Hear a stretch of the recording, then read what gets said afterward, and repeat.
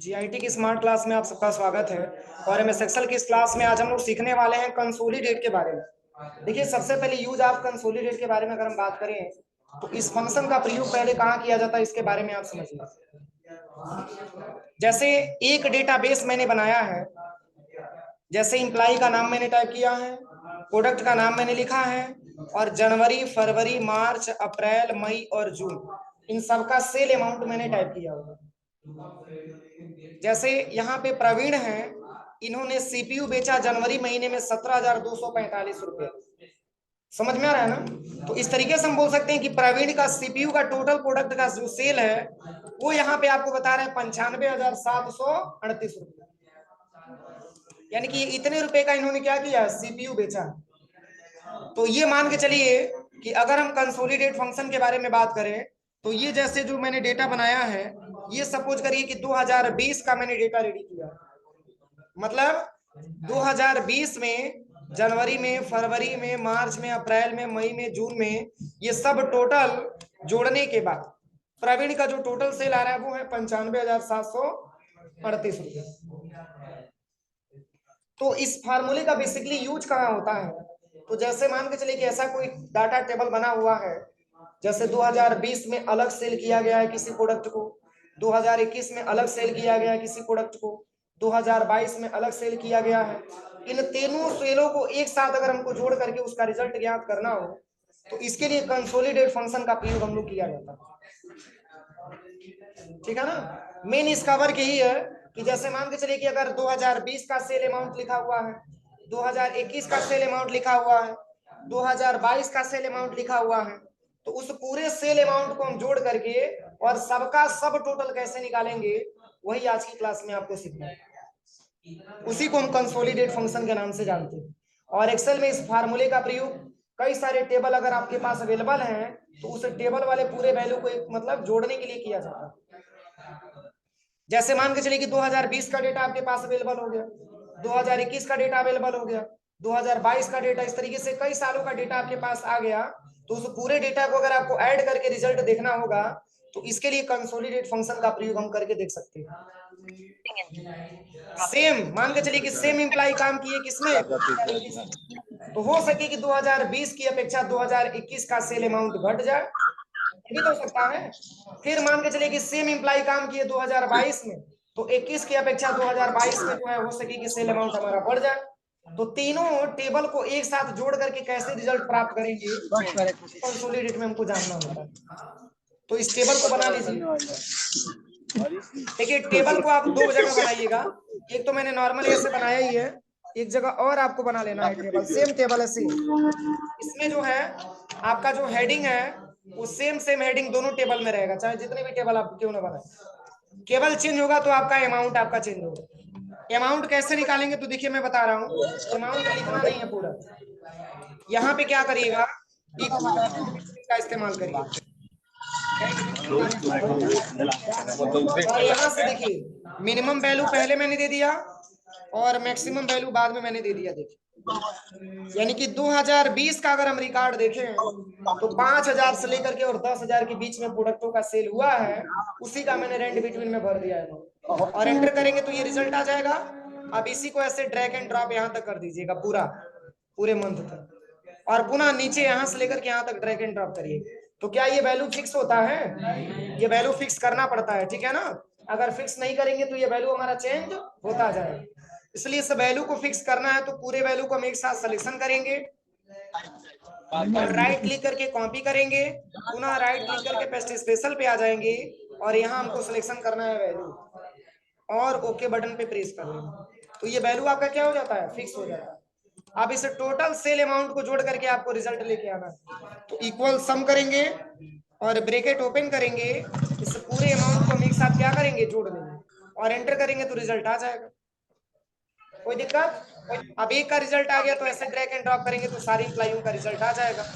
मतलब अभी तो मैंने आपको केवल 2020 का डेटाबेस मैंने बनाया, अब 2021 का बनाना पड़ेगा, 2022 का बनाना पड़ेगा, और ये इसका प्रयोग कंपनियों में बहुत ही ज्यादा मात्रा में किया जाता है।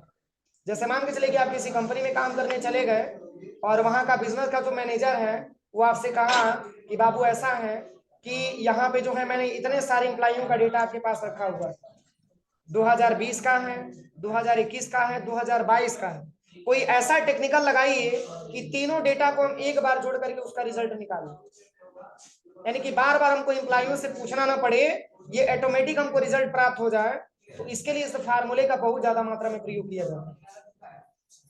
तो देखिए आपको करना क्या है, यहाँ पे इतना बनाने के बाद आप सेम डेटा आप जो है सेकंड सीट पे भी बना लीजिएगा। यहाँ पे राइट क्लिक करिएगा और यहाँ पे देखिए पहले सीट 1 पे जब आप आएंगे तो जो सीट 1 पे रिकॉर्ड बना हुआ है इसी पे माउस का राइट बटन दबा करके और रीनेम पे आ जाइएगा और इसमें आपको टाइप कर देना है कंसोलिडेट 2020। अब इसको कलर कर लीजिएगा, राइट क्लिक करके टैब कलर दे दीजिएगा कोई कलर। फिर यहाँ पे सीट नंबर 2 पे आइएगा, राइट क्लिक करिएगा और यहाँ पे रीनेम पे आइएगा और इसमें दे दीजिएगा कंसोलिडेट 2021। 2020 का मैंने अलग डेटा बनाया है और 2021 का अलग डेटा हम बनाएंगे। अब देखिए आपको करना क्या है, अब सेम हेडिंग आप यहां से कॉपी कर लीजिए, कॉपी करके और यहाँ पे ला करके Ctrl+V से पेस्ट कर दीजिए। सेम नाम को भी यहाँ से आप क्या करिएगा, कॉपी कर लीजिए, नाम और प्रोडक्ट कॉपी कर लीजिए यहाँ से और यहाँ पे ला करके पेस्ट कर दीजिए, ठीक है ना। अब देखिए अब दोनों में चेंजिंग आपको क्या करके देखना है, केवल अमाउंट आपको चेंज करके देखना, क्या चेंज करके देखना, अमाउंट, बाकी कोई चेंजिंग नहीं करना है, केवल अमाउंट में आपको चेंजिंग करके देखना।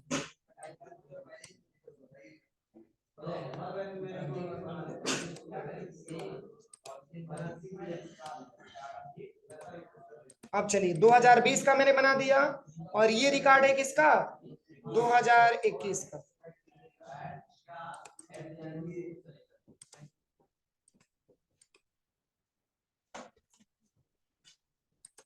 ये रिकॉर्ड मैंने दे दिया 2021 का और यहां से मर्ज कर देते हैं और मर्ज करने के बाद इसको हम दे देते हैं टेबल नंबर 2। टेबल नंबर 2 इसकी साइज को हम इंक्रीज कर देते हैं।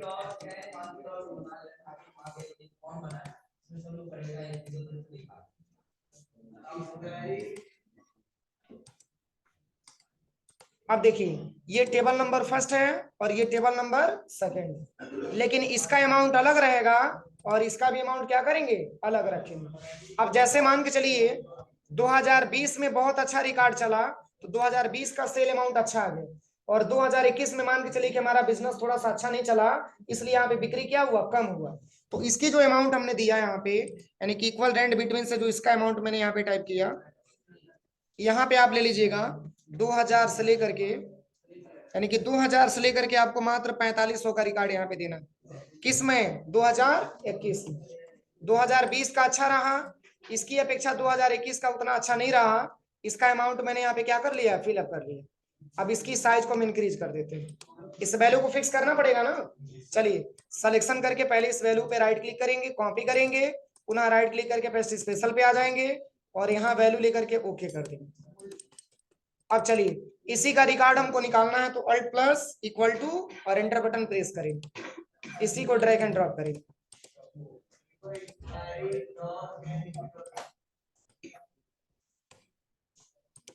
अब देखिए 2020 का अलग मैंने बना दिया और 2021 का अलग मैंने बना दिया। अब 2020 में अगर आपसे पूछा जाए कि प्रवीण का जनवरी महीने में सेल कितने रुपए का है, ठीक है, इसमें बता रहा है, ये टोटल नहीं, केवल जनवरी माह का 8842 रुपए बता रहा है, किसमें, 2020 में, और वही 2021 में आते हैं तो बता रहा है 3699 रुपए। तो टोटल वैल्यू कितना आएगा बताइए, 8842, यानी कि इक्वल करिए 8842 प्लस करिए आप 3699, यानी कि टोटल वैल्यू इसका जनवरी महीने में आ गया, दोनों साल का मिला करके 12,541। कोई दिक्कत। अब चलिए आपसे ये पूछा जाए कि प्रवीण ने टोटल सेल अमाउंट 2020 में और 2021 में कितने रुपए का किया। तो चलिए 2020 में अगर हम प्रवीण का देखें तो टोटल सेल अमाउंट है 45,707 रुपए।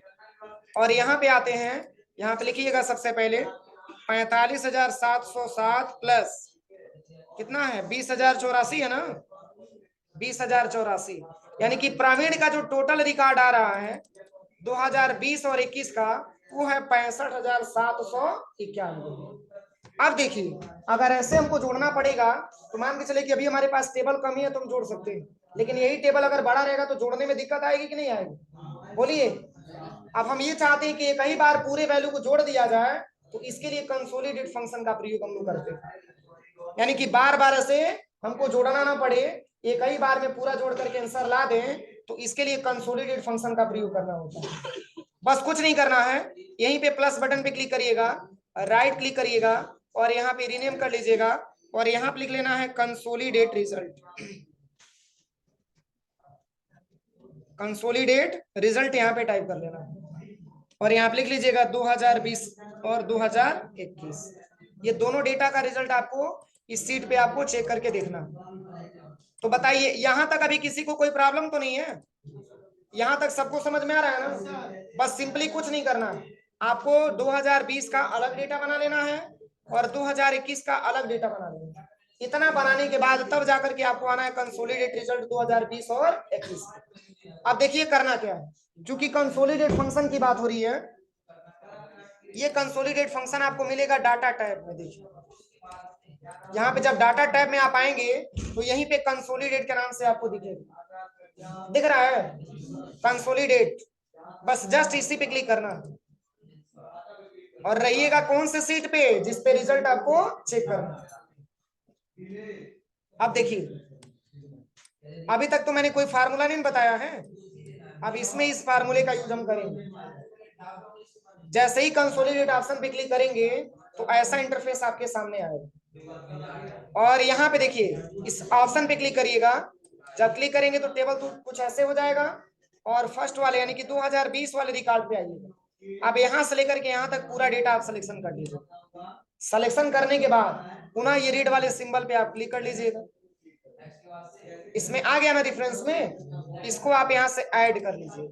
क्या करना है, ऐड करना, और ऐड करने के बाद पुनः बैक स्पेस से आप इसको हटा दीजिएगा। क्यों, क्योंकि सेकंड टेबल भी आपको यहाँ पे जोड़ना है। पुनः इसी रेड वाले ऑप्शन पे क्लिक करके और यहाँ पे आ जाएगा कंसोलिडेट 2021 पे, पुनः पूरे डेटा को एक साथ आप क्या करिएगा, सिलेक्शन करिएगा और पुनः इस पे क्लिक कर दीजिए। अब इसको भी क्या कर लेना, ऐड कर लेना। ऐड करने के बाद बैक स्पेस से हम इसको क्या करेंगे, हटा देंगे। अब चले आइए सीट नंबर 3 जिस पे रिजल्ट आपको चेक करना। जब यहाँ पे आइएगा तो टॉप रो पे क्लिक करिएगा, लेफ्ट कॉलम पे और create link to source data पे। यहाँ तक किसी को कोई प्रॉब्लम तो नहीं है, बस ओके करिए, रिजल्ट आपके सामने आ गया।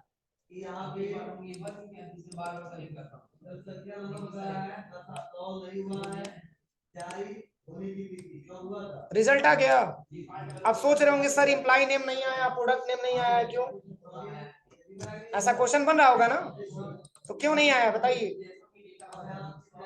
क्योंकि इसलिए नहीं आया है कि एक्सेल जब भी जोड़ता है तो नाम को थोड़ी जोड़ता है, अमाउंट को ही तो जोड़ेगा ना, नाम को तो आपको लिखना पड़ेगा ना।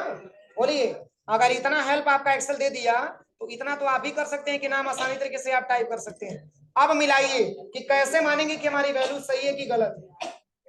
तो देखिए अभी मैंने आपको बताया था 12,541 किसका रिकॉर्ड आया था, प्रवीण का रिकॉर्ड आया था, जनवरी माह का आया था ना, 2020 और 21 का।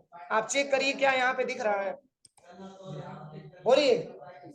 अब इसका टोटल अमाउंट आया है 65,791, यहाँ पे चेक करिए क्या 65,791 आया है। तो इस तरीके से सारे इंप्लाइयों का रिजल्ट आ गया ना। कोई दिक्कत है यहाँ तक किसी को, यही आज की क्लास में आपको सीखना था। देखिए सबसे पहले यहाँ पे करना क्या है, पहले आप ये क्लियर करिएगा कि सेकंड में रिजल्ट अलग होगा, यानी कि फर्स्ट में टेबल अलग होगा, सेकंड में भी टेबल अलग होगा। बस चेंजिंग होगा तो केवल आपका अमाउंट चेंजिंग होगा और कोई चेंजिंग नहीं होगी।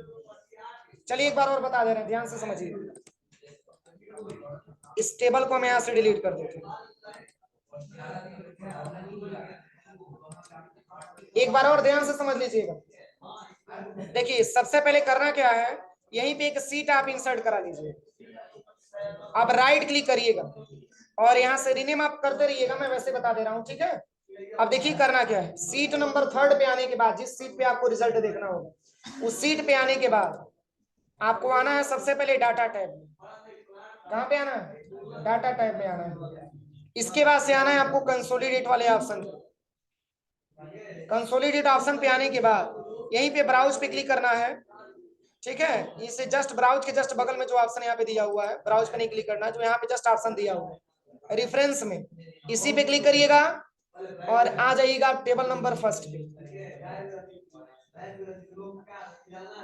टेबल नंबर फर्स्ट पे आना है। अब यहाँ से लेकर के यहाँ तक पूरे डेटा को हम सिलेक्शन करेंगे।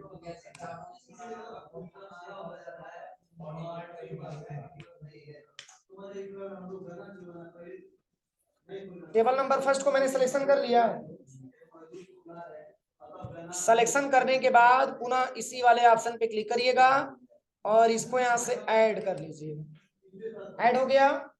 ऐड करने के बाद ये ध्यान दीजिएगा कि इसको बैक स्पेस से जस्ट यहीं पे आकर के हटा दीजिए। अब ये नहीं कि बिना ऐड किए हटा दीजिएगा, पहले ऐड कर लीजिएगा तब हटाइएगा, ठीक है। अब देखिए पुनः इसी पे क्लिक करिएगा और टेबल नंबर सेकंड पे आ जाइएगा। पुनः यहाँ से लेकर के यहाँ तक पूरे डेटा को सिलेक्शन करिएगा। पुनः इस पे क्लिक करके इसको भी क्या कर लेना, ऐड कर लेना। ऐड करने के बाद बैक स्पेस से हम इसको हटा देंगे। अब रिजल्ट कौन से सीट पे देखना है, अगले सीट पे ना, तो यहाँ पे सीट नंबर 4 पे आ जाइएगा, जिस सीट पे आपको रिजल्ट देखना होगा। इसमें से टॉप रो पे क्लिक करिएगा, लेफ्ट कॉलम पे क्लिक करिएगा, क्रिएट लिंक टू सोर्स पे क्लिक करिएगा और ओके कर दीजिएगा, तो रिजल्ट आपके सामने आ जाएगा। तो अभी तो टेबल मात्र मैंने 2 ही बनाया है। इस तरीके से आप समझ सकते हैं कि टेबल 5-6 भी बनाए होंगे तो भी कोई दिक्कत नहीं है, हम आसानी तरीके से उसका रिकॉर्ड निकाल सकते हैं। अब बोलिए किसी को कोई प्रॉब्लम है? हो जाएगा ना। अब देखिए जैसे इसमें जो है आपको नाम टाइप करना होगा, तो नाम टाइप करने के लिए आपको करना क्या पड़ेगा, देखिए यहाँ पे चूंकि आपको नाम लिखना पड़ेगा, क्योंकि एक्सेल जो है नामों को नहीं जोड़ता है, केवल वैल्यू को जोड़ करके बताता है। अगर इतना हेल्प मिल गया तो कम नहीं, बहुत है, ठीक है ना। अब चलिए, अब इस नाम को अगर आपको टाइप करना होगा तो कोई दिक्कत नहीं है, आप यहाँ तक पूरे में बॉर्डर लगा लीजिएगा और बॉर्डर लगाने के बाद सारा नाम आसानी तरीके से आप यहाँ पे प्रोडक्ट का नाम और एम्प्लॉय का नाम आसानी तरीके से यहाँ पे टाइप कर दीजिए। यही आज की क्लास में समझना था।